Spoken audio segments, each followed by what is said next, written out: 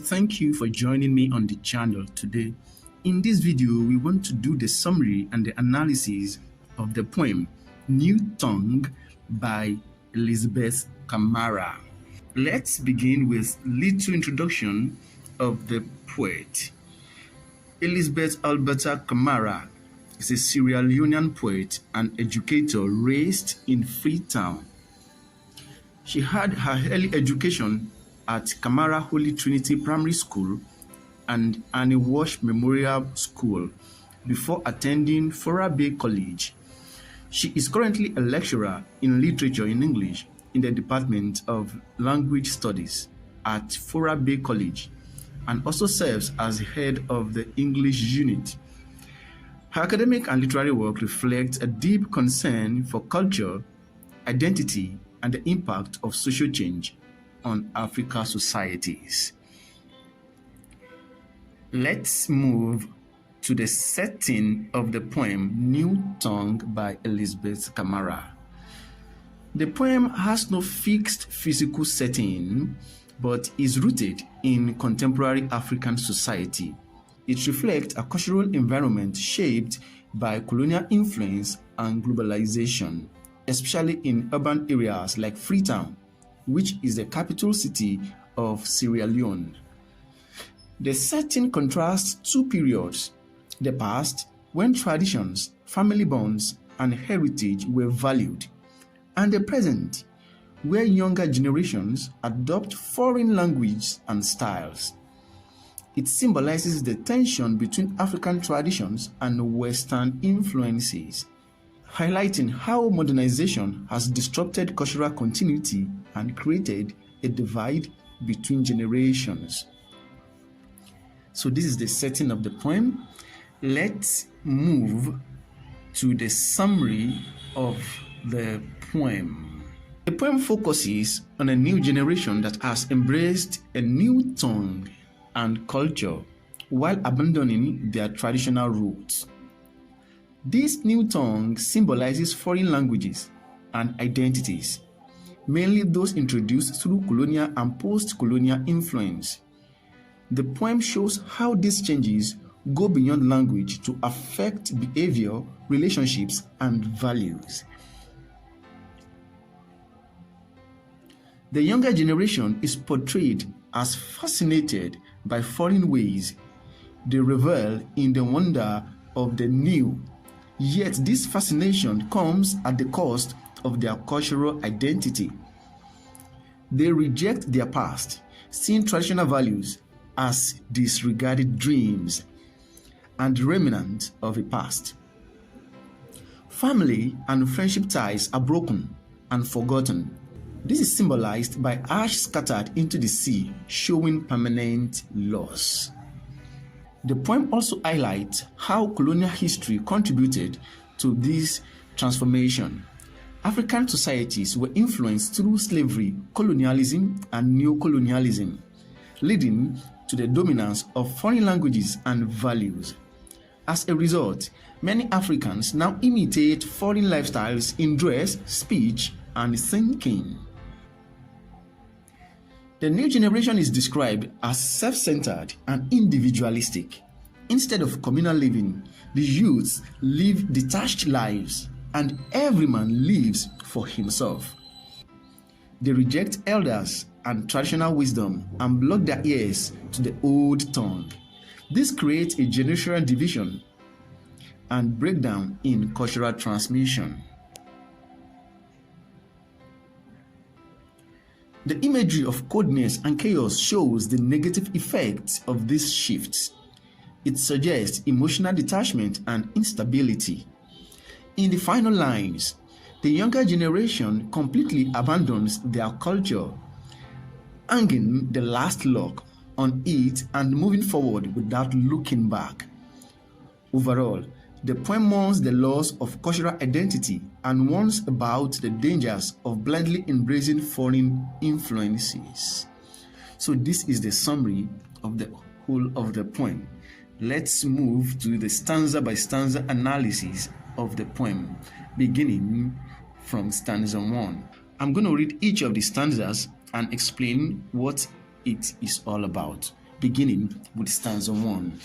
They speak in a new tongue and dance new dances, minds battered into new molds and shapes. Their eyes revel in the wonder of the new, embraced and bound to heart with impregnable chains. The old songs as disregarded dreams, remnant of a past, ties of family and friendship loosened, broken, burnt, the ashes strewn into the bottomless sea. As fishes swim by, careless of the loss, mindful of where they dare. This stanza introduces the idea of cultural change. The new tongue and new dances show a shift in language and lifestyle. The repetition of new emphasizes complete transformation. The line, minds battered into new molds and shapes, suggests forceful change, while the line, revel in the wonder of the new, shows excitement. However, this comes at a cost, as traditional values are dismissed as disregarded dreams. Family and friendship ties are destroyed, symbolized by ashes scattered into the sea. Showing permanent loss, the stanza presents both attraction to new culture and the painful loss of the old culture. Let's go to stanza 2. A new generation, careless of bonds, of family, of tradition, of heritage. They care not, nor revere the old. Their minds turn inwards, only inwards, like the insides of clothes that marry the bodies of mankind. This stanza 2 focuses on the attitudes of the new generation. They are careless about family, tradition, and even their heritage, showing a total lack of respect for cultural values. Their minds turn inward, showing selfishness and detachment. The simile comparing their minds to the insides of clothes suggests closeness to self, but separation from the society. This stanza highlights their rejection of communal living and traditional identity. Let's go to stanza 3. No room for elders, no, not even on the edge of their minds. Their ears blocked to the old tongue and ways of doing things. The third stanza emphasizes the rejection of elders. The youths have no room for them, not even in their thought. The repetition of no strengthens this idea of total rejection. Their ears blocked to the old tongue shows deliberate refusal to listen to elders' wisdom or follow their tradition. This stanza reveals a breakdown in communication between generations and a loss of cultural continuity. Let's proceed to stanza 4. Glorying in their newness of a borrowed tongue and culture, every man for himself, by himself, of himself, a strange goodness descending like snow-covered mountain, or like bathing at the back of the house on a rainy July day. The gust of wind falling trees, cutting roofs away, tugging skirts, and swirling debris in the air. This stanza shows the full embrace of foreign culture. The phrase borrowed tongue and culture suggests imitation rather than originality. The repeated lines, every man for himself, shows strong individualism. The imagery of coldness and harsh weather symbolizes emotional distance and discomfort. The chaos described through wind and destruction reflect the disorder caused by cultural loss. This stanza presents the negative effects of abandoning tradition, including isolation and instability. Let's go to the last stanza of the poem, which is the stanza 5. Their borrowed shoes dance. Their borrowed minds parted the Red Sea long ago. They hang the last log on their culture and glide into the future without a backward glance. The final stanza concludes the poem with strong imagery. Borrowed shoes and borrowed minds show complete imitation of foreign ways. The reference to parted the Red Sea suggests a major and irreversible break from the past. Hang the last lock on their culture symbolizes final abandonment. The phrase, without a backward glance, shows no regret. This stanza emphasizes the permanence of the cultural loss. So this is the stanza-by-stanza analysis of the poem. I believe it is understandable. Let's move to the themes, some of the themes, in the poem. The first theme is cultural shift and abandonment of tradition. The poem strongly presents the shift from African traditions to foreign ways of life. The phrases new tongue and new dances shows how the younger generation has adopted new cultural practices. This shift is not only linguistic but also behavioral and ideological. The older traditions are dismissed as disregarded dreams and the remnants of the past, and little value is placed on them. The expression minds battered into new moods and shapes suggests that this transformation is deep and forceful. The younger generation becomes attached to this new culture, embraced and bound to heart with impregnable chains. This theme highlights a complete movement away from tradition and how it is replaced by foreign influences that reshape young people's identity and lifestyle. Let's go to the next theme, which is the theme of generational conflict. The poem reveals a serious division between the young and the old. The younger generation shows no respect for elders. As we read in stanza 3, no room for elders. No, not even on the edge of their minds. This clearly shows how elders, who are the carriers of tradition, are ignored. The line, their ears blocked to the old tongue, further shows that the youth deliberately refuse to listen to traditional wisdom. The older generation is reduced to remnants of a past, while the younger ones embrace change without reflection, without thinking about it, without even thinking about the consequences. This conflict weakens the transmission of culture and creates a gap between the older generation and the youth, and this leads to loss of mutual understanding and respect. Let's proceed to the next theme, which is the theme of loss of cultural identity. Loss of cultural identity. The poem laments the loss of African identity as the younger generation abandons its roots. Cultural elements such as language, values, and traditions are discarded. The line, ashes strewn into the bottomless sea, symbolizes the permanent destruction of heritage. The loss is not temporary but final, as shown in the hang the last lock on their culture. The adoption of a borrowed tongue and culture means that the new generation no longer identifies with their own background.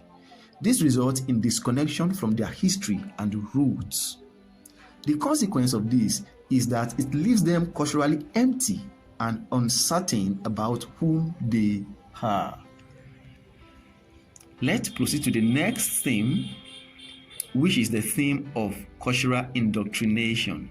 Before we talk about this, I want to tell you that you are free to jot all these notes down in your notebooks. Let's go to the next theme, cultural indoctrination. The idea of indoctrination is seen in how the younger generation's minds are shaped by foreign influence. The phrase minds battered into new moods and shapes suggests forceful conditioning rather than natural growth. This shows that the new culture has been imposed through strong external forces such as colonialism and globalization. Even though they revel in the wonder of the new, the attachment is not entirely free but influenced. The line embraced and bound to hearts with impregnable chains suggests that they are trapped within this new identity.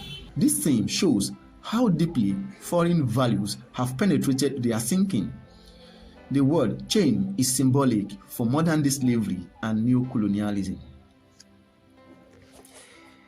Let's go to the next thing, which is the clash of cultures. The clash of cultures. The poem reflects a conflict between African traditions and foreign culture. The old songs represent African heritage, while the new song represents Western influence. These two cultures cannot exist together peacefully in the poem, as one replaces the other. The younger generation chooses the new and rejects the old completely. The contrast between the old song and the new dances highlights this clash. There is no way new dances and old song can coexist. The poem shows that the adoption of foreign culture leads to the rejection of the traditional practices, thereby creating tension and imbalance within the society. That is the clash of cultures. Let's go to the next thing, which is modernization and foreign influence. Modernization plays a major role in the shaping of the new generation's behavior. Through colonial history and global contact, foreign languages and values have become dominant. The poem reflects this in borrowed tongue and culture. The younger generation imitate foreign lifestyles in speech, dressing, and thinking. They revel in the wonder of the new, showing excitement about the modern ways. However, this modernization leads to the neglect of traditional values. The poem suggests that this influence is widespread and powerful, especially in urban settings where such changes are more visible. Let's go to the next theme, which is disintegration of family and social bonds. The poem shows how cultural change destroys relationship within the society. Family and friendship ties are described as loosened, broken, and burnt. This powerful imagery shows total destruction. The ashes being strewn into the bottomless sea symbolizes that these bonds cannot be restored. The new generation becomes careless of bonds, of family, of tradition, of heritage. This shows a lack of concern for relationship that once held society together. The shift from communal living to individualism weakens social unity and leads to isolation. Let's go to the next thing, which is alienation and identity crisis. Alienation and identity crisis. The younger generation becomes alienated from their roots and from one another. The lines, their minds turn inward, only inwards, shows that they are self-absorbed and disconnected from the society. This inward focus creates isolation and confusion about identity. By abandoning their culture and adopting a foreign one, they lose a sense of belonging. The strange coldness descending like snow-covered mountain symbolizes emotional distance and discomfort. This theme shows how the loss of cultural roots leads to a deeper personal crisis. Let's go to the next theme, the theme of individualism and isolation. The poem highlights a shift from communal values to individualism. The repeated lines, every man, for himself, by himself, of himself, show extreme self-centeredness and selfishness. Traditional African society values community and togetherness, but the new generation rejects this. Their focus on self leads to isolation and lack of concerns for others. The image of mind turning inward reinforces this idea. This individualism weakens social bonds and creates a society where people live only for themselves, which makes them lose the sense of shared identity. To the next theme, which is the last theme. Upheaval and chaos. Upheaval and chaos. The poem uses strong imagery to show the chaos caused by cultural change. The lines, the gust of winds falling trees, cutting roofs away, tugging skirts, and swirling debris in the air, create a picture of destruction and disorder. This chaos symbolizes the disruption of cultural and social structures. The change is not smooth, but violent and unsettling. The strange coldness also adds to the feeling of discomfort. This theme shows that abandoning tradition brings instability and confusion. It affects both individuals and the society at large. Let's move to the devices used in the poem. Some of the devices used in the poem are imagery, and we can identify visual imagery. That is the image that has to do with sight. Visual imagery. Look at the line. The ashes strewn into the bottomless sea. Line 4. This line brings the image of ashes being scattered into the ocean. It symbolizes a complete and irreversible destruction of the tradition. Then another line, a strange coldness descending like snow-covered mountains. That is line 35. Snow-covered mountains evoke the image of a mountain covered with snow during the winter. We must note that the wintry weather is alien to Africa, just as the new culture, the new tongue, is alien to Africa. Then we can talk about the kinesthetic imagery. That one has to do with movement, the imagery of motion or movement. Look at this line. The borrowed shoes dance. That is, I think, line 42. Line 42. The word dance creates a sense of rhythmic movement. Dance, to move to a particular rhythm. Then look at this particular line as well. The gust of wind, falling trees, catching roofs away, tugging skirts. That's line 38 to 40. These particular lines bring the imagery of destruction caused by violent movement of the wind, tree, roof, etc. Then let's move to symbolism. Symbolism. Borrowed shoes and borrowed minds. These two phrases symbolize imitation of foreign culture. The shoes are borrowed, even the minds are borrowed. Then another one, impregnable chains, line 5. This particular line, this particular expression is symbolic for modern and self-inflicted slavery, which is even more difficult to be freed from. Then the last lock in line 44 represents final abandonment of tradition without looking back. So all these expressions are used symbolically in the poem. Let's move to personification. The borrowed shoes dance. The fact that shoes are made to dance is personification. The shoes have been personified. The borrowed minds parted the Red Sea. Here we say that the minds parted the Red Sea. The mind has been personified.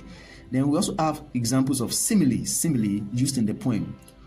Only in words, like the inside of clothes, lines 22 and 23. That's comparison. Simile, comparison of two different entities using as or like. Then another example, glorying in their newness like a child with a toy. Here, the youths are compared to a child that has a new toy. How the child becomes happy, how the child becomes, lively because of the new toy. But in this case, this particular new tongue causes more harm than good. Then a strange cold descending like snow-covered mountain, or like bathing at the back of the house. This one as well has to do with comparison using like. So these are examples of simile in the poem. Let's go to parallelism. Parallelism can be found in line 16 to 18. What is parallelism? Before we even talk about the examples, parallelism is the repetition of the same structure, the same grammatical structure in lines of poetry. So let's see this: of family, of tradition, of heritage. Line 16, 17, and 18. We can see that the repetition of the same structure, a preposition and a noun. Of is a preposition, family is a noun. Of is a preposition, tradition is a noun. Of is a preposition, heritage is a noun. So that's an example of parallelism. Then we have this one as well: for himself, by himself, of himself. line 32, 33, and 34. Yes, this is also an example of parallelism, preposition and pronoun. For is a preposition, himself is a pronoun. By is a preposition, himself is a pronoun. Of is a preposition, himself is a pronoun. So preposition and pronoun. For himself, by himself, and of himself. This is an example of parallelism. Then let's go to biblical allusions. We can find from the title of the poem, there is a what? Biblical allusions. New tongue alludes to Acts chapter 2, when Jesus' disciple received the Holy Spirit and began to speak in alien tongues. Then we also have this expression, their borrowed minds parted the Red Sea long time ago. This particular line alludes to Exodus chapter 14, verse 21 to 29, when Moses parted the Red Sea. So these are examples of biblical allusions. Let's move to alliteration. We can find alliteration in line 2, where the D sound alliterates. Dance, new dance. Dance, new dance. Then we also have it in line 6, disregarded dreams. Disregarded dreams. The letter D alliterates. Then we have it in line 8, family and friendship. The F sound alliterates in family and friendship. Then we also have last lock in line 44. The lateral sound alliterates in that particular line. So I think that is all I have for you as far as the poem is concerned. I just hope I'm not too fast. Well, if I'm too fast, you can use the speed feature on YouTube to slow down the video a bit. And like I said earlier on, you can pause each of the slide, each of this screen, and jot down the note, which you can read later. Thank you for always being here. I hope you have learned one thing or the other. Do well to subscribe, to like, to comment, and share this video. Kindly help this channel to grow. Thank you. Until I come your way again, do have a nice one. Bye bye.